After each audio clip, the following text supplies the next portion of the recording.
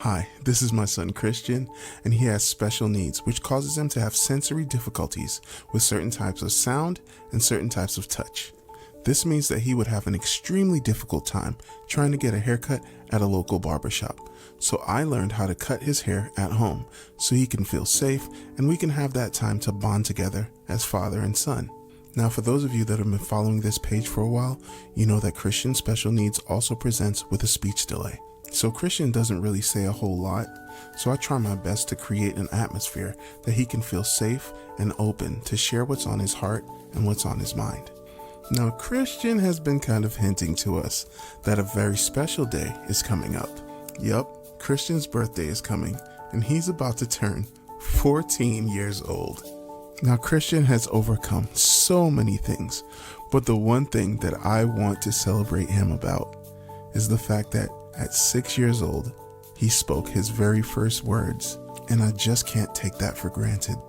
Because Chris inspires me, because he's a fighter, and nothing that he's ever accomplished has ever come easy, except maybe learning how to ride a bicycle. For some reason, he couldn't walk from point A to point B without falling over, but he took off on a bicycle the very first try.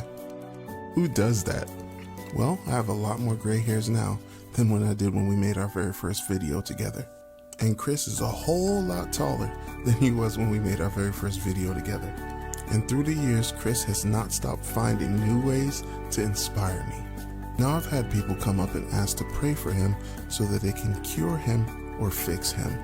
But then I look at him and I see the way that he treats people, and I see how kind he is to his family and how he loves his friends. And I realize he's a whole heck of a lot closer to God than any of us would ever be. So instead of asking God to fix him as if he's broken, I think I'll ask God to help me to see the world through Chris's eyes. And I think if more of us could do that, this world would be a much nicer place.